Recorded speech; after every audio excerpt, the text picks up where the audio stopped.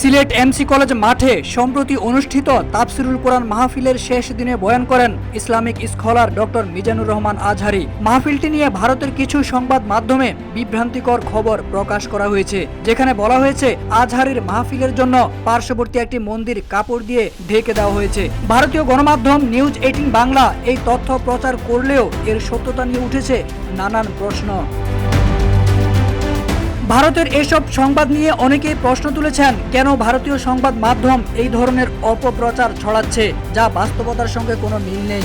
আজহারীর মাহফিলকে কেন্দ্র করে ভারতের এসব প্রতিবেদনের পেছনে রাজনৈতিক উদ্দেশ্য থাকতে পারে বলেও মনে করছেন অনেকে।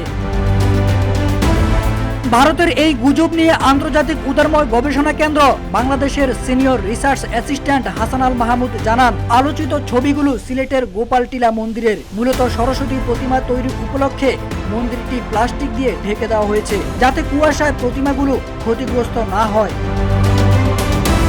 তিনি জানান, মাহফিলের 3 দিন আগে থেকেই প্লাস্টিক টাঙানো হয়েছে।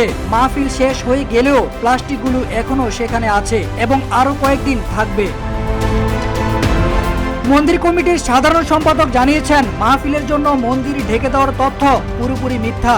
মন্দির কমিটির সঙ্গে কোনো প্রকার যোগাযোগ না করেই ভিত্তিহীনভাবে এই সংবাদ প্রচার করা হয়েছে। তিনি বলেন, স্থানীয় একজন কারিগর নামমাত্র মজুরিতে সরস্বতী প্রতিমা তৈরি করে আশেপাশের পূজা মণ্ডপগুলোতে বিক্রি করেন। আমাদের মন্দিরের নিরাপত্তা ভালো, তাই আমরা তাকে এখানে প্রতিমা তৈরির জন্য জায়গা দিয়েছি। শীতকালে কুয়াশার কারণে প্রতিমা যেন ক্ষতিগ্রস্ত না হয় এবং শিশু কিশোরদের অযাচিত কৌতূহল এড়াতে কারিগর নিজেই মন্দিরের চারপাশ কাপড় দিয়ে ঢেকে দিয়েছে।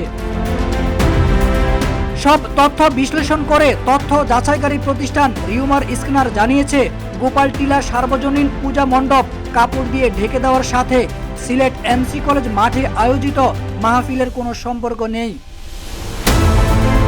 বিভিন্ন আন্তর্জাতিক সংবাদ মাধ্যম এবং স্থানীয় বিশ্লেষকরা বলছেন, ভারতীয় গণমাধ্যমের এই ধরনের অপপ্রচার বাংলাদেশে ধর্মীয় অস্থিরতা সৃষ্টির পাশাপাশি দুই দেশের মধ্যে সম্পর্ক চরম অবনতির দিকে নিয়ে যেতে পারে। ফলে উভয় দেশের জনগণের মধ্যে বিভ্রান্তি ও সন্দেহ সৃষ্টি হওয়ার আশঙ্কা করা হচ্ছে।